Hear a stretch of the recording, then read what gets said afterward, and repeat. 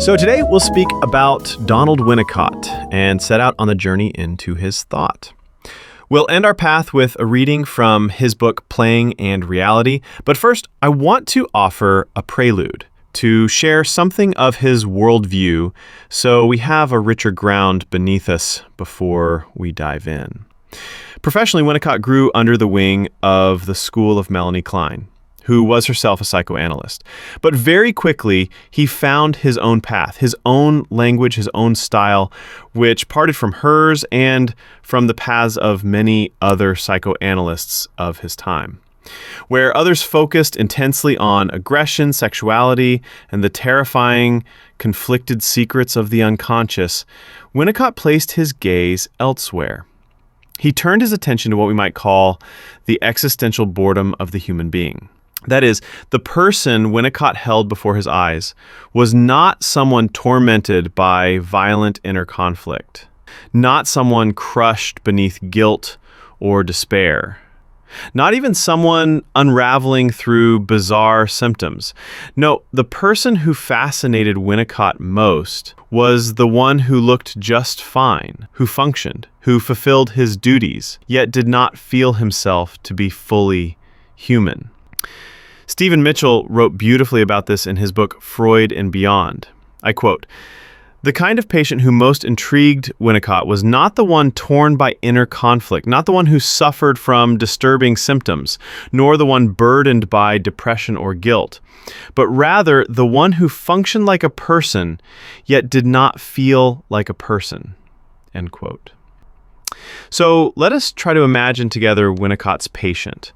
A man who does what's expected. He lives, he works, but everything he does feels drained of vitality, heavy, muted, a weight he carries inside, which perhaps only he knows. And if we were to imagine this man in a film scene, it wouldn't be dramatic. He comes home from work like every day at 5, washes the dishes, folds the laundry, engages in shallow, practical conversation with his family, checks off a few calls for work, then somewhere in the evening, without anyone noticing, he slips into the bathroom, opens his phone, Facebook. One thing leads to another. He emerges already immersed in a news article. He leaves a comment, sinks onto the couch, watches a bit of television, maybe a sports recap. And somehow, somewhere between this and that, it's 1 a.m, he drags himself to the shower, his eyes red, and from the shower, he pulls himself into bed. Eventually, he falls asleep. A few hours later, he wakes to a new morning at least on the surface. But in his heart, it feels like every other morning, just another link in a chain of indistinguishable days. In this context, I'm reminded of something the American poet Henry David Thoreau once wrote. Most men lead lives of quiet desperation. And from another angle, Israeli singer Eviatar Banai once sang about himself. I am a stranger to myself and a stranger to all, without a place in the world. These two voices, Thoreau and Banai, combine, I believe, into a single image of the human condition that so deeply intrigued Winnicott, a condition he sought to describe and perhaps to heal. This, then, is our introduction to Winnicott. I hope it helps you sense what set him apart in the world of psychoanalytic thought. And we haven't even touched yet on the content of his theory, which is profoundly original in its own right. So before we dive more deeply into his book, Playing and Reality, I want to offer a more finely tuned introduction to Winnicott's worldview, one that will help us better understand the language of the book itself. As we said, Winnicott was occupied with one profound question. How does a person connect to life? How does one live a life that feels true and meaningful to him? Winnicott believed that the condition of mental unhealth, what he called the false self, usually takes shape in 3 different forms. And although these are points on a kind of spectrum with people moving between them, he chose to describe them starkly, black and white, to help us more clearly grasp this state of disconnection from the true self. The first form Winnicott described is what he called the objective mode.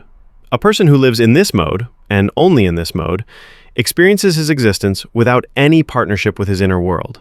That is, without emotional involvement, without the sensations or inner states that Winnicott called subjectivity.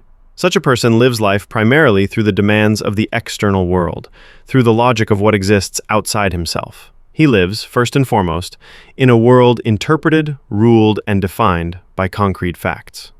The question that guides such a person is almost always, what needs to be done now? Yes, with an emphasis on the word needs. He does not ask himself, what do I want to do? Or, what is right for me to do? Because words like want or right for me belong to the realm of his inner world. But this man is focused outward. He evaluates himself according to how well he meets the demands of the world outside.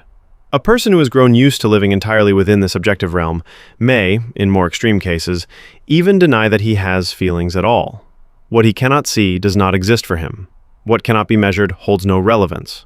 Even if he has a value system, even if he has ideals, those values and ideals will always be phrased in objective language. A man must contribute to society. That word, must, is his foundational grammar. His world runs according to the laws of absolute truth and objectivity. Now, Winnicott traced the roots of this mode back to infancy. He claimed that when a baby is raised in an environment that fails to contain his needs, his desires, his longings, he slowly learns to abandon his inner world and adapt prematurely to the demands of the external world, to the will of the mother in this case. And in this adaptation, he relinquishes his subjectivity, his true experience of self. He becomes a creature of the objective realm. The second mode Winnicott described arises from the very same wound. The infant or child lives in an environment that does not feel safe. He loses hope in the possibility of expressing his inner world or desires. But unlike the first mode, the objective one, where the person gives up his subjectivity entirely, this time he turns in the opposite direction, toward the inner world. He takes one of two paths. Either he renounces the objective world completely. In his mind, there is no external reality, only an inner one. This is an extreme state, a pathological state. It includes hallucinations, schizophrenia, situations in which a person believes that his inner voices, his fantasies, his waking dreams are reality itself. He believes he has wings, so he jumps off the roof to fly. He hears a voice in his head whispering that someone is following him, so he runs from the janitor in the supermarket. This is a state in which a person cannot absorb anything from the real world. He pushes reality away, sometimes violently, sometimes with a kind of repulsion, a compulsive defiance. Now, this possibility is relatively rare. The more common condition is a third state, in which a person does not entirely reject the objective world, but builds a wall between it and his inner life. He lives a double life. If you meet him at work, you might never suspect how rich and developed his imagination is. You'd never guess the vast inner world of thoughts and feelings he carries. Why? Because when he arrives at work, he hides it. But when he returns home, suddenly that world wakes up. Yet because it's cut off from his external reality, it expresses itself in a muted way, indirect, inward, unable to fully flourish. So, for instance, he might come home from work and binge-watch Netflix for hours, or play Xbox endlessly, or smoke a lot of weed. And with the help of the weed, he sits around a fire with his friends, speaking in poetic, dreamy language. But in the morning, he returns to the job that stifles him. At work, he gives himself fully to the objective world, with no bridge connecting it to the subjective world within him. We might say, in the morning, he forgets his dreams and begins hammering nails into the wall until he gets back home, where he retreats once again into his inner realm, lights up with a short-lived fire, and quickly fades out again. I think we can see this all around us. People living double lives. Those who on one hand sink into fantasies and daydreams, and on the other hand live hollow, dreary lives anytime they are outside the book, the show, or the game of Dungeons and Dragons, in whatever form it takes in their lives. These then are the three unhealthy ways of living one's life according to Winnicott. But if we're precise, we'll see that they are not three separate states, but one state with three different faces. A single condition in which the person disconnects his inner world from his outer world, and through that rupture lives either in total objectivity, denying his subjectivity, or in total subjectivity, which is pathological and detached from reality, or in a limbo between the two, oscillating back and forth without any real bridge. But Winnicott offered another possibility, a condition of mental health. And mental health for Winnicott means not splitting the subjective and the objective, not dividing the inner from the outer, but learning to find one's own subjectivity within the real, objective, concrete world. To find in objectivity oneself, the true self. And this, Winnicott said, can only happen through play, through creativity. So what are play and creativity according to Winnicott? That is the heart of our learning. But first, let me say this. When Winnicott speaks of play, he does not only mean games like hide and seek or Monopoly, though those two have their place in the realm of play. He certainly includes children's games and the playful language of everyday experience. But Winnicott is pointing to something deeper, more essential, a foundational experience of reality itself. An experience that allows, among other things, playing Monopoly and hide and seek, but also living a life of playfulness and creativity. This creative way of living, according to Winnicott, is born from the earliest days of life, from the moment the infant begins to nurse.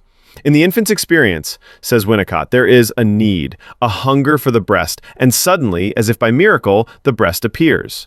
To the infant, this is not a coincidence. This is creation. Desire gave rise to reality. And in this moment, this miraculous meeting of longing and the world, a profound feeling is born. A sense that what lives inside him can shape what is outside him. The seed of imagination, the spark of play. This ability to find the world responsive to his desire later matures into actual external play in later stages of childhood. And in this sense, one of Winnicott's most famous contributions to psychology was the idea of the transitional object. That is, an object, like a soft, furry teddy bear, which helps the child approach the strange and threatening objective world that suddenly begins to invade his once protected, inner, subjective life. A life where the self was sovereign, a world ruled by his personal desires and internal rhythms. The transitional object helps the child approach this new outer world within a playful experience. Through play with the teddy bear, the child grows from a world of omnipotent subjectivity, where whatever he imagines simply is, into a world of creative relationships with external reality. And the teddy bear, with all its tangible presence, allows the child to be in the world creatively, bringing something of himself into it. And through this act of play, the objective world begins to take on a color of meaning, a tone of uniqueness in the child's life. This is a deeply foundational moment, both for mental health and for adulthood itself. So now, before we plunge further into Winnicott's writing, I want to tell you a true story. A story that, in my view, clarifies what happens when play disappears from the world. What happens when we lose that spark? I want to end this introduction with a passage from the diary of Kinneret Ben. Kinneret Ben was the daughter of the Israeli literary critic Menachem Ben, a sharp and well-known figure who passed away about a decade ago. And gently, I suspect that the heartbreak over his daughter played some part in his early departure from life. Because his daughter, may peace be upon her, a deeply gifted, imaginative, artistic soul, took her own life. After her untimely death, her family published her journals in a book titled, Oh, Our Kinneret. Through the book, you meet Kinneret, a person of great creativity, brimming with inner life. She wrote plays, she dreamed of being an artist, a musician, and what's remarkable in her diary is the visible transformation in the period leading up to her suicide. At that time, Kinneret was serving in Jerusalem as part of her national service. She was doing deeply important work with people who are blind. That's the context for what we're about to read.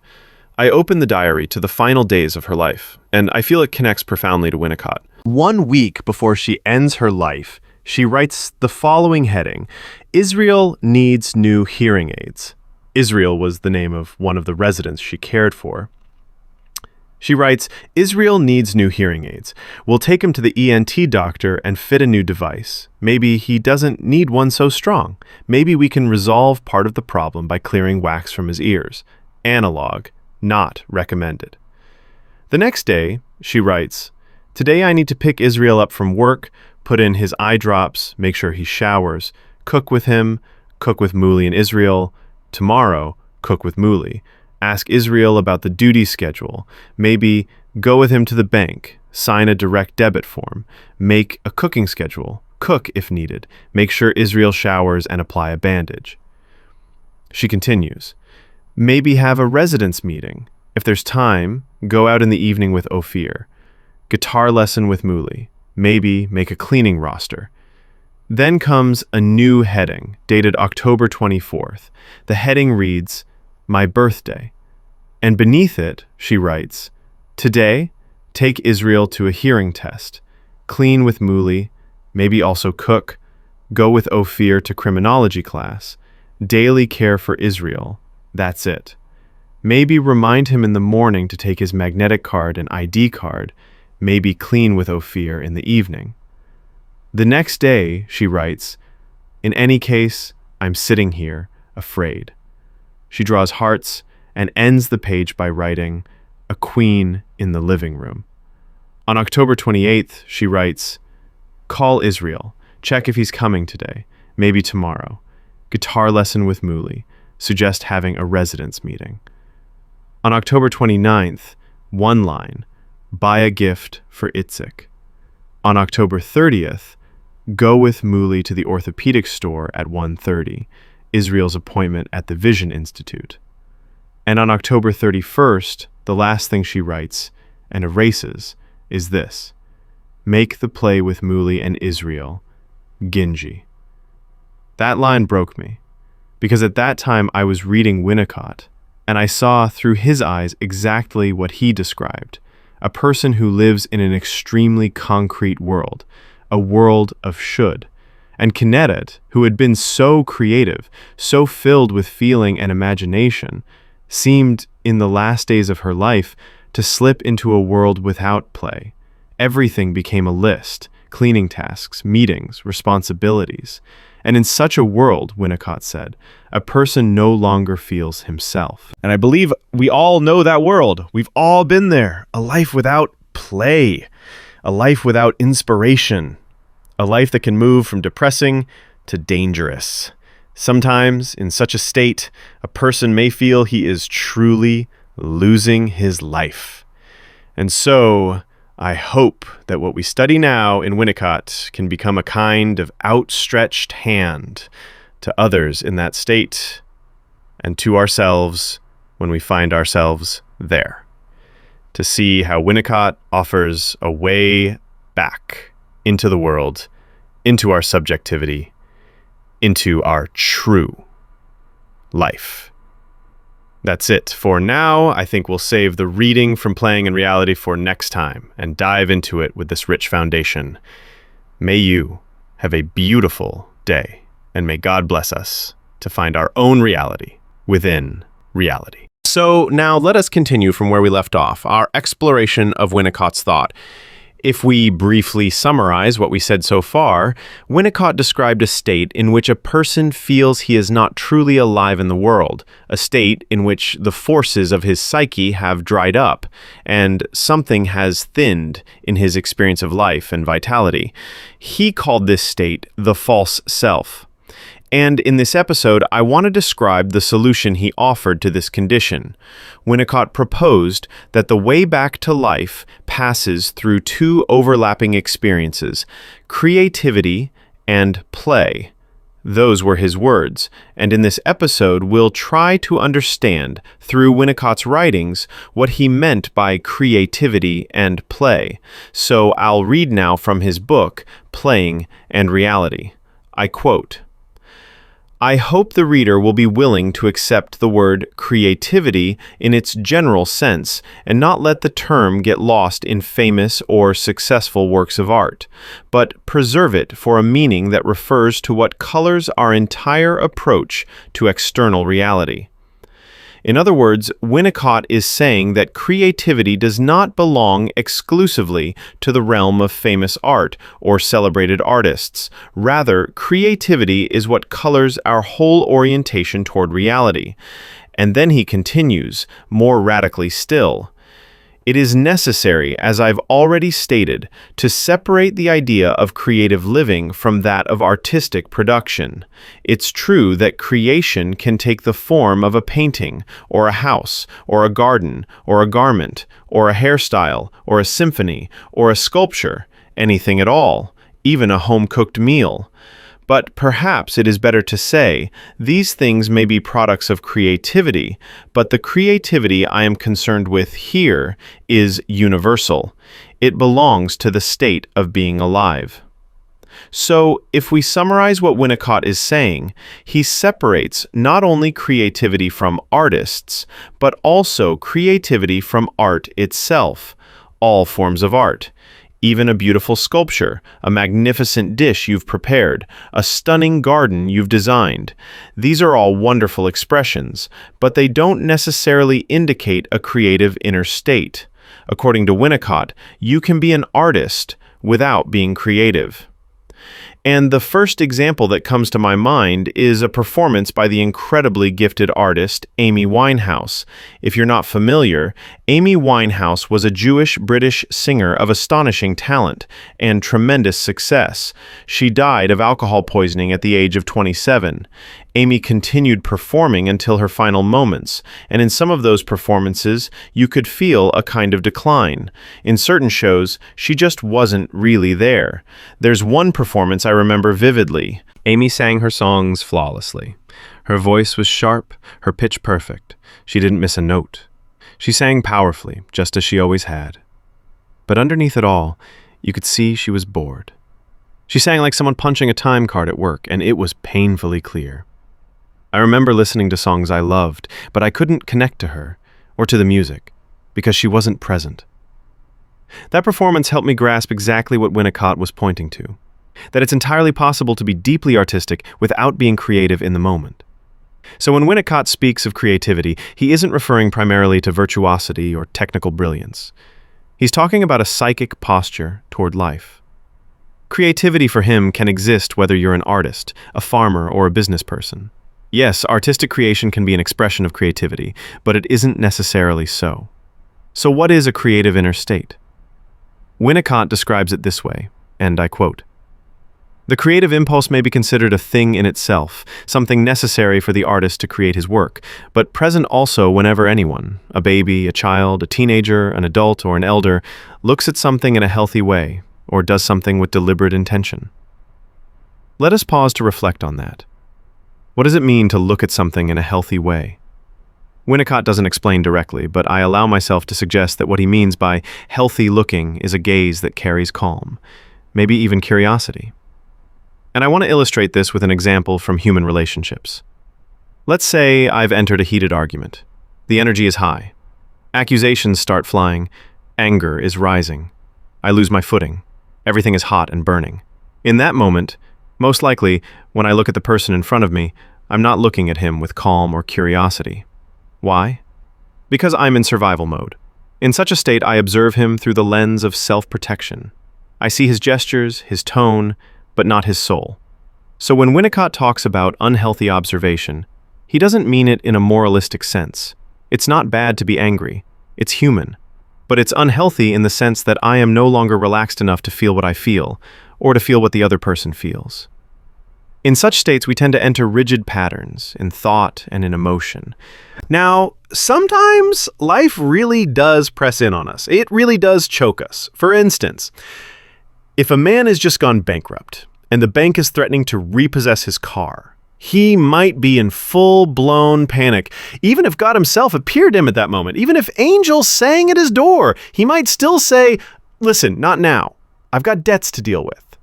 Winnicott was very aware that creativity is a privilege for those whose life circumstances grant them enough safety to be calm. And yet, this too is part of creativity. The ability to look at life healthfully, with openness, with calm, from a place that is not survival.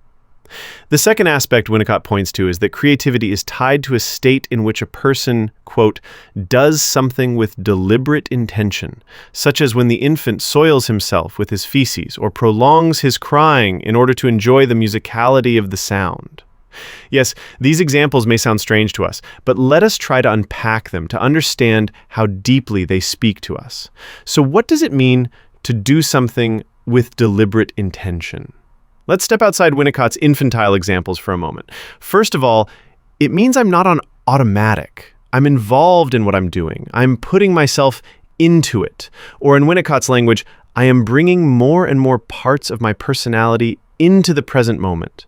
And the more I allow these parts of myself to enter into life, the more I can begin to sense its spiritual texture. even in something as concrete as breath or as primal as defecation. Let's try to feel what this involvement really means. I'll begin with an example many of us can relate to. Let's say I'm a student sitting in a university lecture. The lecture is boring me to death. What do? I disconnect. A third of me escapes into my phone. A third floats into thoughts of the future. A third half listens to the lecturer, just in case I miss something for the exam. And so piece by piece, parts of my personality detach from the situation. This is called passing time. It's a state of automatic life where I'm not paying attention to what I'm doing. I'm trying mainly to ignore what's happening inside me, rather than to connect with it. But now, what happens if I suddenly decide to become involved in the moment, to pour my whole self into it? Most likely, I'll have to face my boredom, and that often leads to a few possibilities. I might start responding to what I'm hearing from the lecturer, asking questions, disagreeing, saying why I'm not connecting to his ideas. In other words, getting involved. Or I might get up and walk out, go find something else that genuinely interests me. Now, that last option isn't always realistic for everyone. If you're a middle school student somewhere, you might be stuck. You might not be able to go anywhere. And even if you're a fourth-year med student in a course you absolutely must take and you can't stand it, I don't see how you could just leave without derailing your career. So, yes, sometimes we're stuck. And in those cases, it's wise to minimize the damage and find creative ways to stay alive inside the moment, even in that class. But assuming that, in most areas of life, we do have some degree of choice, we can see that the moment I confront my boredom, something begins to stir inside me. And that stirring moves me. This is another face of creativity, a moment in which I act and my personality is present.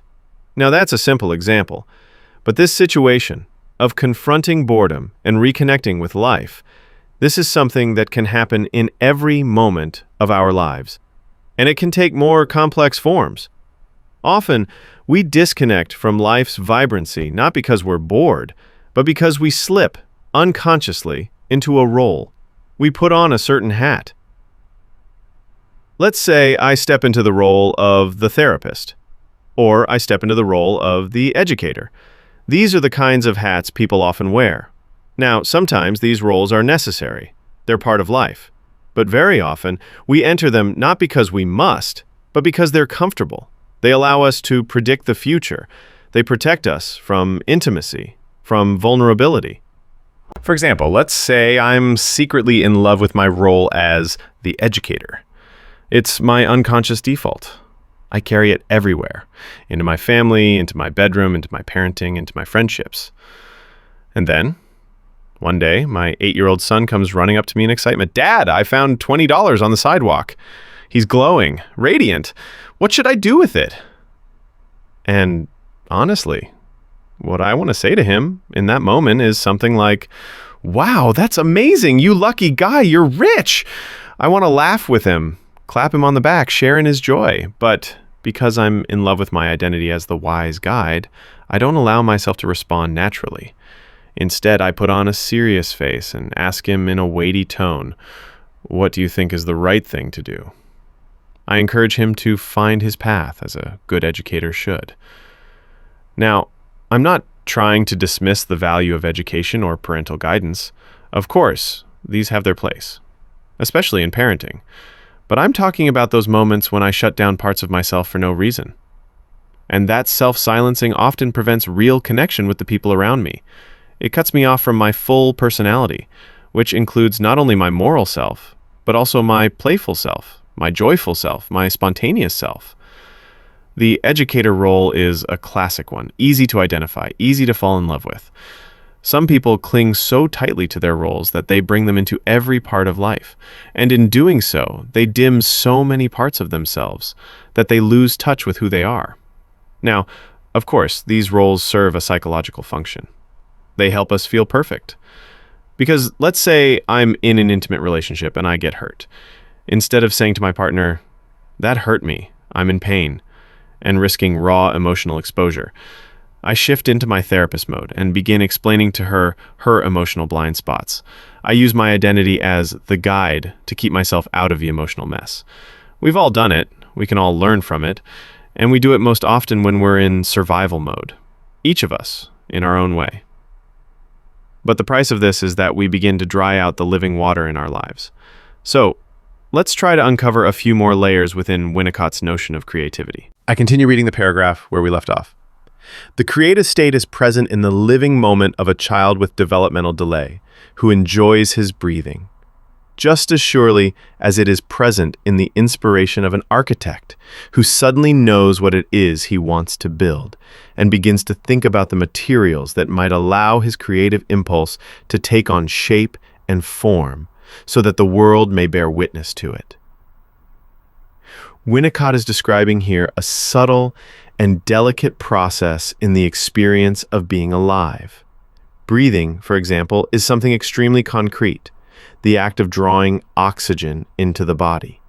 But the ability to enjoy the breath, as Winnicott describes here, that already belongs to the spiritual realm, the domain of play. Beyond the mechanical act of respiration, a basic biological function, the child or infant is already beginning to feel that through this breath, or even through the play with feces, which was Winnicott's earlier example, he is able to touch something that lies beyond the merely physical. And so, for Winnicott, creativity is a state of mind attuned to that hidden inspiration which meets us through the ordinary motions of life. This creative attentiveness allows each of us to find, within the world, that which draws us uniquely. And in those moments, we all, in Winnicott's words, become the architects of our lives. Architects who are able to discover our own unique raw materials, the very elements that for us hold meaning, wonder, and resonance. These are our personal inspirations, hidden, waiting to be found. So the question arises, how can we cultivate this kind of attentiveness, especially as adults? Let us turn to one final passage from Winnicott that will help us explore this. In this excerpt, he describes the playful state as it appears in the lives of grown-ups, and he writes from the perspective of a therapist, one who seeks to create a playful space together with his patient. Winnicott writes, "Everything I have said about children at play applies equally to adults. I argue that we should expect to discover play in adult analyses in open and obvious ways, no less than in our work with children. We can detect it, for instance, in the choice of words and shifts of tone, and certainly in the presence of humor." End quote. Let's pause and reflect on what he says about tone of voice, about the shifts that happen in speech when someone begins to play. Imagine I'm walking into a job interview and someone asks me, "Akiva, tell us about yourself. What have you done in your life?" And I begin to speak about the things I believe are expected in that moment, things I think are important for an interview, even though in truth they don't really interest me. So I say, I'm Akiva. I did my undergrad in psychology, then I got my master's in educational counseling. I studied at the Hebrew University and then at Tel Aviv University, and then I specialized in, and as I speak, I can feel it. My voice is stiff, rigid, frozen, and inside me, a warning light flickers. I'm not even interesting myself. And in that moment, something opens in me. I ask myself, wait, what am I curious about? What matters to me? I try to let go just a little of what I think I'm supposed to say and allow my curiosity to lead the way. And then suddenly I begin again, but differently. My name is Akiva. Most of my life I've worked in informal education. And the reason I worked in informal education is because I was deeply drawn to the parts of people that are hard to see in formal education settings. I care about the emotional world of human beings. I want to understand what draws them in, what stirs them. I want to truly meet people. And as I begin to speak this way, I notice something shift. There's more life in my voice, something warmer, richer. A new energy begins to move in how I describe myself, and suddenly, people start listening more deeply. They begin to really hear me, to meet me. And I begin to meet myself. This is the state of an adult in a playful mood. He allows his creative parts, the unrehearsed ones, the unscripted ones, to come forth right then and there. So playfulness in adulthood isn't about board games. It's about how deeply one allows himself to be involved with the full range of his personality in the life he is living. Because in so many moments, we shut ourselves down. We turn off our curiosity, our longings, our wonder. Why? Because we are afraid. Afraid of being misunderstood. Afraid of being rejected. Afraid of not being loved. And yet, Winnicott invites us to consider that precisely this vulnerability is what allows us to enter into real contact with the world and to live in loving relationship with it. Because the world wants to meet us, and we want to meet us too. Yes, we want to meet the parts in us that are alive, and the world longs to meet them as well, not the bored versions of us, not the frozen or robotic ones. And to be honest, now as I finish recording this, I feel compelled to add something. Sometimes people will not accept us, because often people prefer that we stay boring, that we don't stir the waters. It allows them to stay in boredom too. A university lecturer, for example, might prefer that you stay bored, because then he can go on working a job that bores him without being disturbed, without anxiety rising, without disruption. And then everyone is happy, in quotation marks. The professor gets his paycheck for doing something that bores him. We get our degree for listening to things that bore us, and everyone functions. But no one is actually here. And that, I believe, is the state Winnicott longed to heal.